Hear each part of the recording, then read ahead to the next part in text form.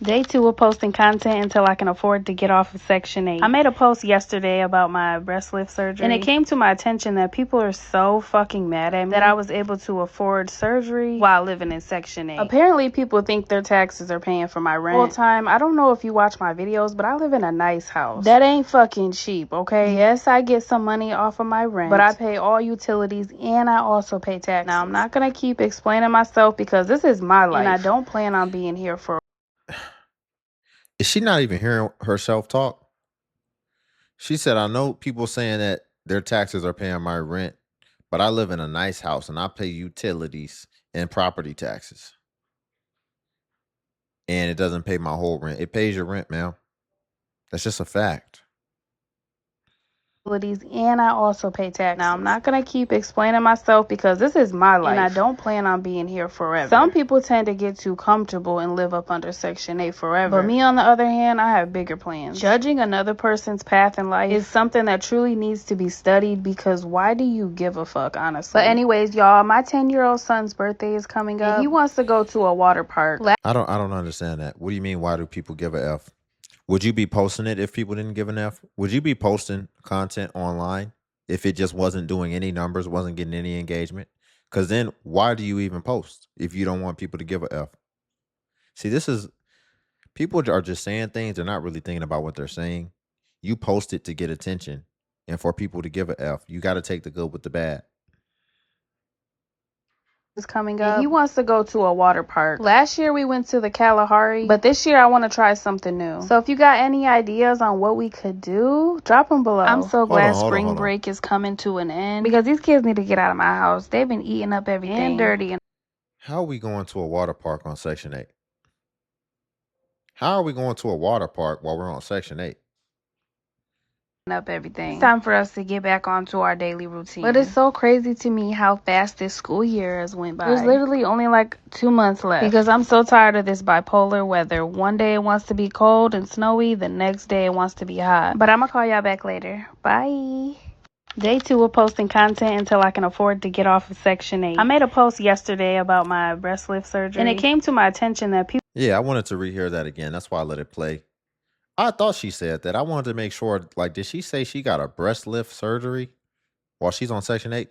She's just doing whatever she wants. So, like, anytime you get any extra income that you could be saving it so that you can ultimately be working towards getting off Section 8, you're just blowing through it, which is clear. It's going to be clear why you can't get off of it because you're spending.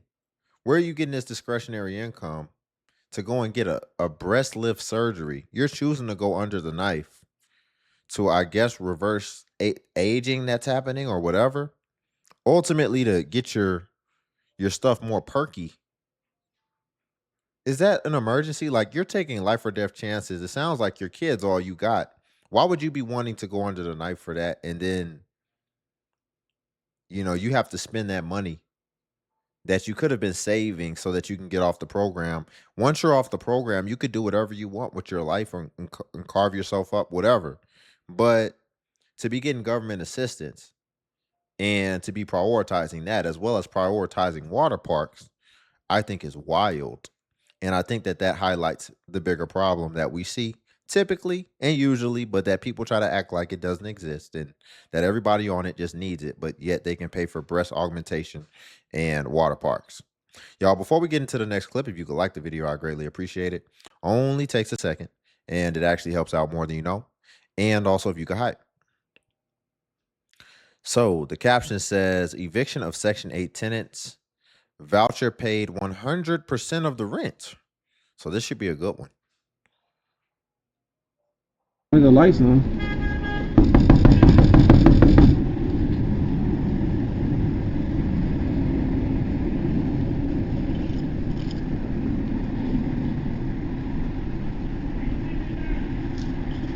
Get the bags out of there.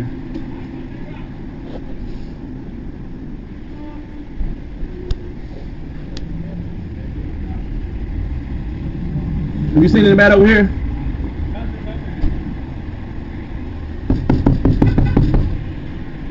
The bags.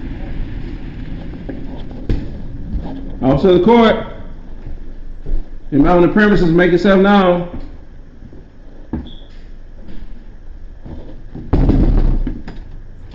Officer of the court.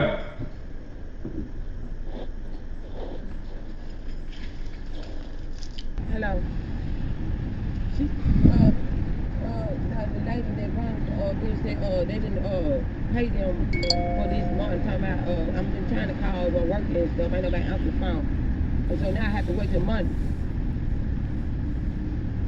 That's what I'm saying. I can't get in touch with nobody.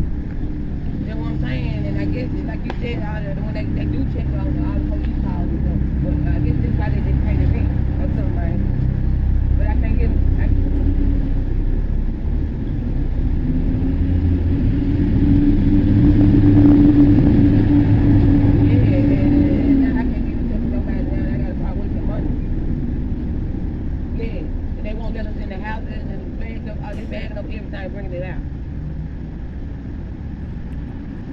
What it appears here is we have some Section 8 tenants who are having guests that aren't probably supposed to be in that house, because it seems like this woman might have been home, but she is not the actual person on the voucher. And so she has to call the actual person on the voucher because she has no control and she really doesn't know what's going on circumstantially or practically with this process, because it's really not her affairs to begin with. So now she's calling the actual tenant and explaining what's going on, but there's nothing that you can do because you're really not supposed to be involved in this anyway. So it's getting a little insidious over here. And let's see how this ultimately concludes. Let's see if the real tenant is going to actually show up. I had to go to Fraser where I can get in touch with my friend. Look, they're just putting it out. Now, where you at? Yeah, where's she at? Like, I have a question. Like, we got will they be us time to look through this stuff, the kind of keys to that car right there, before we can move it? Okay, now here's the thing with the car. Now, either y'all can move it or I can have it towed to the street. Because I've already called a tow truck because y'all wasn't here. To the street right here? Yeah. Oh, yeah, that'd be the best thing, because I think the tires you got the messed front up. tire off of it, yeah. Yeah, we'll tow it right out here and let it sit right here. Because you got time to get your stuff. Like, this stuff out here, you got... They'll even tow your car. So you wouldn't want to leave it out here for no 24 hours, no way. But you got time to get it, though. So what ended up happening? When I talked to Miss Connor, they said, see, I'm on Section 8. You know, they real strict. And you 100%, I checked. I was like, damn. You 100%. So, yeah, we need to know what happened. I didn't think of that. I'm like, she's getting 100% Section 8. So, dang, she's going to be a part of the few, the brave, the bold. The bold. Because that's bold to get eviction off Section 8 when you're getting 100% covered. You would really have to be like you've got some people who are, because that's a complex problem to bring on yourself, because you're getting 100% of your rent paid. So you now have to think of unorthodox ways to be able to sabotage yourself, which is potentially some form of genius. You're so stupid that you're genius, because you managed to F up something that and get evicted and you don't even have to pay rent. I think that's incredible. Let's find out what the reason was. What ended up happening? When I talked to Miss Connor, they said, see, I'm on Section 8. You know, they real strict. And you 100%, I checked. I was like, damn. You 100%. So I can't get in touch with nobody down there now. They do walk in with money, so they didn't pay them their rent. That's what I'm saying. I do this for a living now. I mean, you 100%. You should even be in this way. You should have had that taken care of. You know what I'm saying? I went to court and all that. That's what I'm saying. That Miss Connor told me, but I still got to talk to somebody to see why they didn't pay the rent. It probably because I had so many calls. But what my understanding is inspection. Oh, once a year inspection. A once a year inspection. Down there and talk to them. But Miss Connor said something. They probably gonna try to make me pay. You see how people will just beat around the bush. You see how people will, and this is what I mean when I say, like, when people be coming on here explaining and you want us to feel bad, understand there's a lot that they're not telling us. He asked her a general question that he already knew the answer to, and she did not answer it. And so then he had to reveal, ma'am, I know why. The once a year inspection. where they just come and check on the condition of the property once a year, not every month, once a year, where you can just tidy things up and get it together. Even if you're living like a sloth, you can tidy it up. And she couldn't get it together. And so she was getting 100% of her life paid for. And an inspection is what took her out. And now she will never be able to get Section 8 again because of that. I knew it had to be something. Oh, that's incredible. I don't know what she's going to do moving forward, but like, really? That you had one job. You don't have a job, but you had one job. And you only have to go to this one job once a year. And you couldn't even do the one job you only got to do one day out the year. You get 364 days to do whatever the hell you want. But on this one day, you just need to pass this inspection. And she failed the assignment.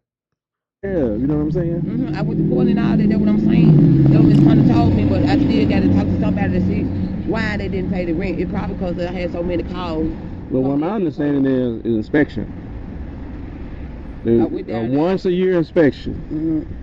I went down there and talked to them, but Miss Turner said something. I probably they probably gonna try to make me pay $100. Yeah. I think what they do, they come out to do the inspection. If nobody's here, they'll come back another time, like no charge. And I was sitting down and I had my brother here, and then the third time they gonna charge you. Yeah, they ain't let him in. Well, I'm just saying this for the future. I mean, ain't no future. Once a year inspection, you 100% free. You got to make that happen because this right here is crazy. When you are 100% covered. And that was my health. And I was sick, and I knew what day it was. So that's why you supposed to have somebody 18 or older here to let them in. He didn't let them in. Oh, okay. She couldn't make that happen. He didn't let them in. Because the house looks good. Yeah. He didn't let them in. So I guess that's it too. But I still got to get there at the top. So it's not even that the house was bad condition. I did not tell you it's got to be something genius. Look at all the friction it took for her to ultimately get evicted. He said, so she just didn't let the inspectors in and the house is already in good condition. Why aren't you home? You don't have a job? What are we doing? Like, see, these people be on government assistance and you would think they busy, like the most busiest person in the world. Everybody else that actually has responsibilities that they actually take care of can show up to things that they know are priorities. But you're on Section 8 getting your whole life taken care of, as well as probably stacking on a multitude of other benefits on top of it. And what you're telling me is you remember what he said. She had 3 opportunities to get this across the line. And on the third time, she's still trying to coordinate. Oh, I tried to get my son or somebody to be home. Why can't you just be home? What are you doing? What are you doing? You can't make that happen, and it's only once a year, and you get 3 opportunities. People do it to themselves. They sabotage themselves, and yet this is a decision. You're never going to be able to come on here begging, saying that you're in this bad circumstance or whatever. And see, we wouldn't have got this decision. You remember, she didn't even want to disclose it. When he asked her what happened, she didn't say it. But what it ultimately came down to is he's seen the paperwork and he knows exactly what happened down to the T. And so now he's filling in the dots, and now she's being open with it. But she wasn't open initially. Well, you are 100% covered. And that was my health. And I was sick, and I knew what day it was. So that's why you supposed to have somebody 18 or older here to let them in. He didn't let them in. Oh, okay. He didn't let them in. Because the house looks good. Yeah. He didn't let them in. So I guess that's it too. But I still got to get there to talk to somebody down there. Yeah, I thought for sure y'all was going, because when I got the paper, I was asking about it, and it was like, well, it was only because of the inspection. I said, well, she must just move on then, because we won't give up free for once. You know what I mean? I thought maybe you would get a job and move on. I said, shit, ain't nobody gonna be there. That's what my thinking when I got here. I didn't know that you were still here. Y'all just hadn't done the inspection. Yeah, I was working down there at the ball park. You know, season over with on Friday first. Right. So. I just think that's crazy. I hate to see it happen, especially with something like that. I know what the devil shouldn't be. You know what's crazy? Like, yeah, we can small talk after the fact and just be like, "Oh man, that's crazy." See, I thought you'd have been gone, and I guess if that makes you feel better, you know. But this has really happened logistically and realistically. This really just happened. Like your stuff is getting put out on the streets. Your car that's broken down is getting towed on the street, and then it's gonna come get towed again because he said a tire was missing or something like that. So once they see that piece of junk on the street, then they're gonna truly come tow it, and it's not gonna be yours anymore. Look at all these things that's catastrophically coming down because you didn't have time to show up for the inspection. You couldn't make that happen. And so now you're going to have to figure out where to put your stuff. You had a stable home. And see, this is what it usually comes down to. It's priorities, right? We got Section 8 tenants prioritizing Brazilian breast lifts and water parks. And then they wonder why they F around and find out. And if not by these programs, it'll just happen by life because you're not learning the lesson. You're not prioritizing. If you're on Section 8, if you're on any state assistance program, that's supposed to symbolize that you've hit rock bottom and you had nowhere else to turn. And had you not been living in the greatest country in the world, then you would have been destitute and under a bridge and no one would have cared. But because you do, you got saved from that. So you're supposed to show appreciation. And then the way that you show appreciation is for you to actually try to turn things around. That's the best form of showing that you appreciate it, not for you to still continue the habits and the lack of prioritizing what's truly important. Again, y'all, if you like the video, it only takes a second. Okay, so his caption, it says, "Bees finna be homeless." I'm gonna try to be quick, but I got a little rant. Okay? I hope he's not swearing What's up, too much. TikTok? So part 2 to the eviction one, I found out why these bitches is getting evicted. Quick story time. I've been in the same apartment complex since I moved to Atlanta in 2017. I moved to Atlanta from Daytona after I graduated college. Boom. Stayed with my brother for a few months, got my own place. I've been in that same apartment complex since I moved here. So for the people that lease, everybody know that on the anniversary of your leasing day, you gotta renew the lease, and typically the rent gonna go up. So since I've been here, rent went up about $100 every year. Cool, whatever. Bitch, I just seen what rent going to this next fucking leasing term. They adding $600 to the rent. $600 to the rent? Bitch, but it ain't... Like, all jokes aside, America, like, I don't give a fuck what COVID did. I don't care how broke we ended up being. I don't give a fuck. Because that shit wasn't our fault and it wasn't nobody else's fault, bitch. That shit was a global... It's $600 for you. New people coming in, it ain't $600 extra. You're going to end up, you keep letting it accumulate like this, you're going to end up having $5,000 rent for a $1,600 apartment. The way they doing you like storage units. They want you to get real comfortable and invested and not feel like going through the logistics of moving. And they just going to keep piling on. And I don't think that this is good practices, especially in a year time frame. But this is what they do now. They're kind of taking a page out of storage units books, right? This is where the world is turning to ultimately, right? Businesses, they're not necessarily like, keep in mind, like his apartment, they're going to start charging $600 or more. Do you think they're going to come in there and renovate it or make it any nicer or change up the amenities around there? No, they're just jacking up the prices because the world is moving more towards business models, right? And everything you do, they're not prioritizing the business or the product or the quality. They're prioritizing, let's refine our model, our structure. That's why when you got on YouTube, initially there were no ads. And now every time you look, there's an ad, right? That was a part of the model that they saw. They said, let's pick a good model.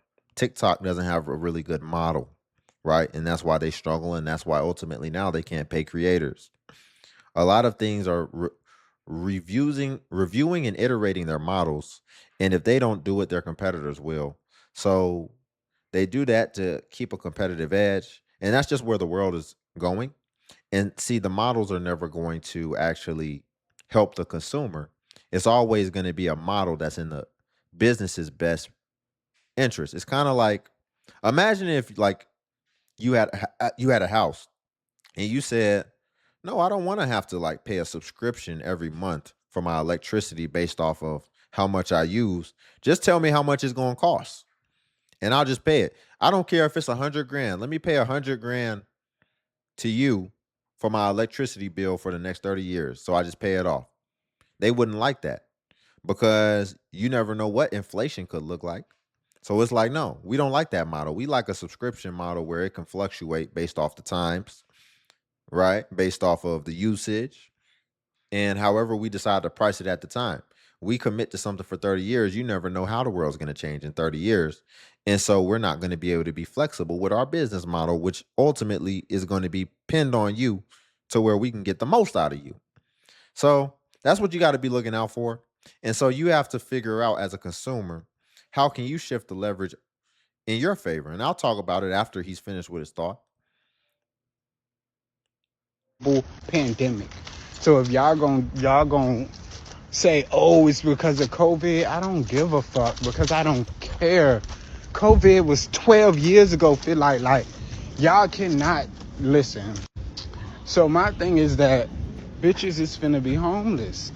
That's why in Atlanta they talk about on the news people squatting in people's houses, or like they stop paying rent but staying in a house, so they'll go into a house and stay there that that nobody know that they in there or whatever. But it's giving like, bitch, like if I had kids and shit, I would not know how I would do it. Like I would not know how I would live out here in this world. Like I feel so bad for people. I feel bad for me. But then again, I feel bad for people that got baggage with them, that got children, that got things that they got to pay for outside of the living expenses. Like, so I'm like, what the fuck? Like, bitches is really like, that's crazy. And they looking at us to pay it. And it's like, bitch, the job not even paying us that to pay y'all. That's the thing. If we was getting the money to pay this shit, then it wouldn't be a problem. But the money not there. The world keep asking for money that's not there. Bitch, it's finna become a world just for the rich. That's what it's giving. Like everybody, middle class, low class, is being on the street. Like it's giving street life. This is insane to me, and I fucking hate it. I'm gonna try to be. He said, I feel bad for myself. Shoot, well, that ain't gonna go very far with you being a man. So listen, you got to be willing to do what's going to be in your best favor and what's going to shift the leverage back on your side. So what that truly just means in this context, we'll just keep it for this context, because the business model is designed to basically keep you stuck while having you pay more. So you have to be willing to walk away from that. And funny enough, if you're willing to walk away, you might not even have to. If you just tell them like, oh, you're raising my rent $600. Okay, I'm leaving. Then what they'll probably do, they'll probably, well, hold on. Especially you said they done raised it year after year, about $100 already. So you're probably already still paying less than what a new person coming in would be paying. Because understand how their model is. Their model is to entice you at the beginning by the rent being cheap. But then once you get settled in, most people don't want to move after a year. So once you get settled in, now they can start raising it up and jacking it up. And that's what storage units do as well. So it seems like they've somewhat adopted that model. So you have to be willing to use your leverage and actually just say, okay, well, I'll walk away from this, and really be willing to do that. And what you'll find is that then that's where the competitive edge will come in, because see, how you can make the model work for you is the fact that other leasing companies, their competition, is actually willing to incentivize you to come over there with them and be a part of their model. So what they'll do a lot of times is they'll give you the first 6 weeks off. And now they've become so aggressive because of the model, right? Because they want to get you in there, to where now in the form of competition, what apartments have done is now they give like 8 weeks off. So you can get 2 months off your first lease term, which, if you think about it, if the rent is $1,400 and then you ultimately end up getting $2,800 off the first 2 months, you could easily accommodate your move for less than $1,400. But let's just say the move costs $1,400. Then you would actually pocket the other $1,400. And congratulations, sir. Not only have you escaped what they were trying to get you to be into, you also just gave yourself a nice little Christmas bonus for the year, $1,400. And let's not, Lord forbid, if you're able to do the move for half of $1,400, and now you got $2,000 in a Christmas bonus for the year that you've just given yourself by being willing, being savvy, and by not being taken advantage of because they just want you to be comfortable. So people got to start thinking like that and see that's where the world's moving to. You got to be more savvy. You have to be more, and you just have to be willing, and you have to be somebody who's not going for the BS. You got to be able to see things for what they are and say, no, I'm not accepting that. And I will do the work it takes, which in the modern century isn't much, to make sure that I don't have to be run through the ringer. Her caption says, 3 jobs, no sleep, yet still can't afford life. Bro, I know other people are feeling this too. Tell me why I have 3 jobs and I'm still broke. I'm working than both my parents and grandparents combined together, and I still see nobody. Like, real shit, and I mean this with my whole chest. I hope the entire United States government, the White House, all of it, I just want them blown up. I want it done. I want it over with. And I mean that shit with my chest. Like, it's torture. This is the bad place, and it's not even funny. Like, everybody making jokes. This shit ain't funny. It's not funny, actually. I'm stressed out. Do you know I work at Amazon from 3 a.m. to 7 a.m. Then I have another job from 7 a.m., well, 7:15 a.m. to 3 p.m. Then I have another job at 3:30 p.m. to 10 p.m. Don't ask me when I get sleep, because that's not a thing. And I'm still broke. I'm still broke. I want to myself. I'm like, this don't even make no damn sense. And now I'm like, I can't even cry. I've now the United States of America has trained me to not cry. I have 5 to 10 minutes to cry a day, max, and that's it. I don't have time for nothing else. I have to get to work. There is not enough devil's lettuce in this world to kill the stress I have right now. Mind you, I was homeless. Do you know, like, I was thriving financially, living in my car. This ain't it. Like, bro, I'm making, $17 an hour? That covers what? My left toe? I still got a car note, insurance. Now I have rent. I have no stuff because my dad's a piece of shit. This is my room. Been here for 2 months. I don't have a bed. This desk I just got for cheap because I wanted to play Sims. I have nothing. You want to play Sims? I'm mad. I'm irritated. The United States government is pissing me off. And you know what? My dad, you know what? That's going to be a whole separate thing because I just want to throttle him sometimes. But I don't want to be near him. Like, it would be nice if, if there's a God, why can't he come down himself and whoop that nigga's ass? But I digress. See, I already knew that's what it was.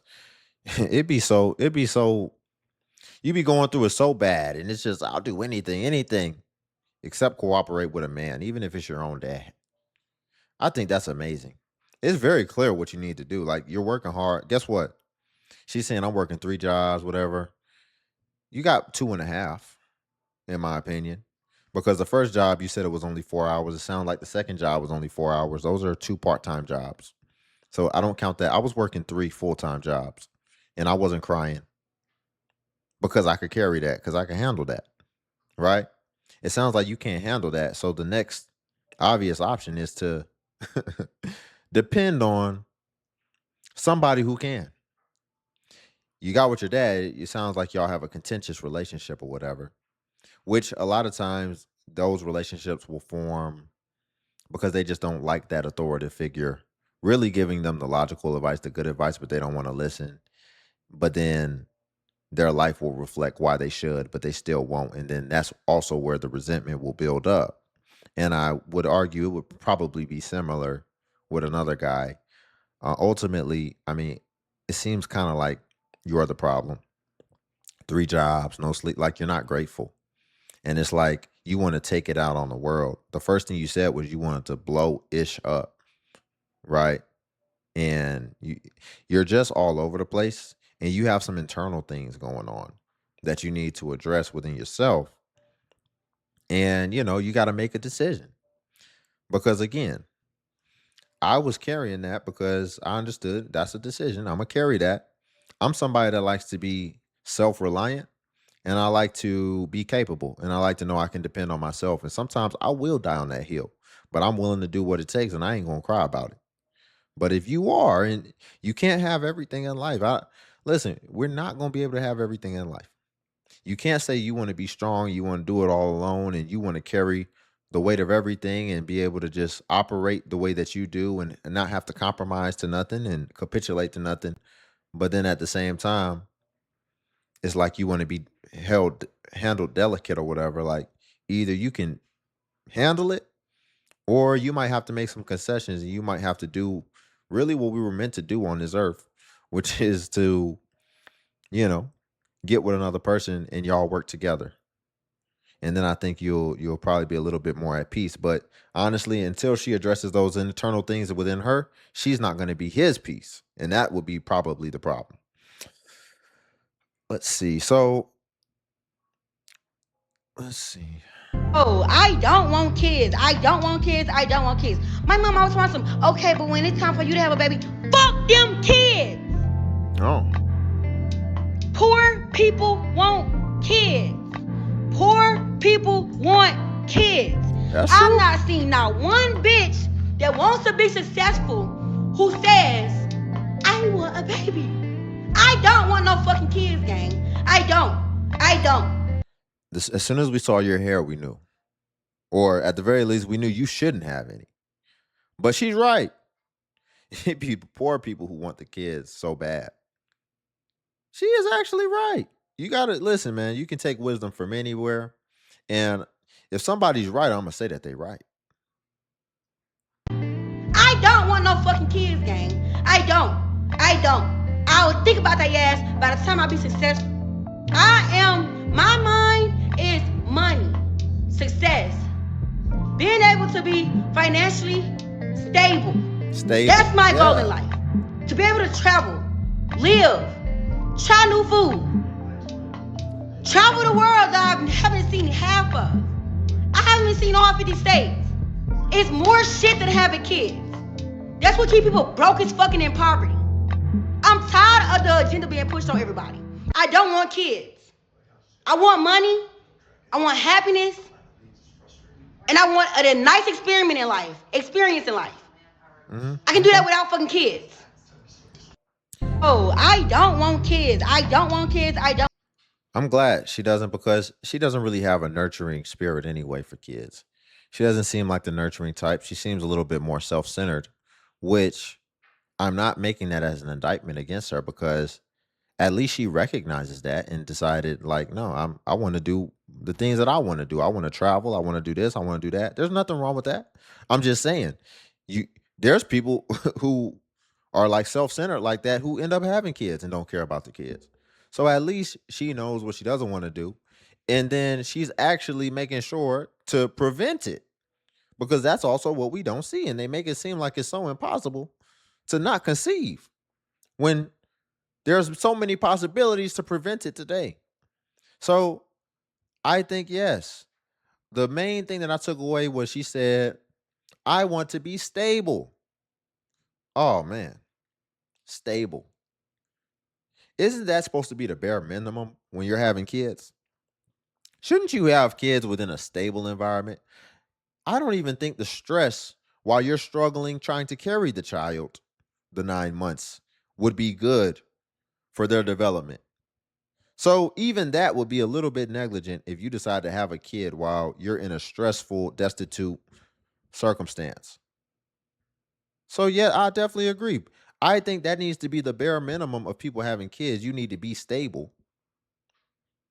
Is that too much to ask? I'm not saying you got to be the most well off in the world, but stable would be nice. But most people aren't stable and they immediately have kids while they're on government programs, which indicate that they're not stable. I think that's incredible, but we see it more often than not. And so sometimes it just takes somebody younger to just say what it is. Because at the end of the day, you can say whatever you want to say about the yellow hair and the demeanor. She didn't lie. She's what she's saying. If you're see, most people can't take in the information based off of things that and biases that they got initially. No, she's telling the truth. That is correct. And I'm glad she doesn't have no business having kids because she's clearly not mature enough for it yet. But clearly she is mature enough to know that. And I respect that. Y'all, we'll leave it there for today. If you could like the video, I greatly appreciate it. Only takes a second and it actually helps out more than you know. And also, if you could hype the video, hype is a new feature that YouTube offers where it helps smaller content creators like myself. And basically, when you hype, it actually pushes us to the extent that it pushes the larger content creators. So you just press the hype button and it shows the points. And since I am a smaller creator, a smaller channel, we actually get more points per hype. And hype was designed for smaller channels. So that's why we get more points. And also, if you want to become a member, you can hit that join button. And basically what that would include is you will be a part of the DXU family, and that will come with badges that show next to your comments, as well as early access to content and exclusive content. So if you want to join, then feel free to hit that join button. And also, if you do try to hype a video and you don't see the hype button, then it's probably been over 7 days, and hype usually vanishes after 7 days. So if you want to hype, then usually best practice is to go ahead and hype while the iron is hot. But until then, I'll catch you on the next video.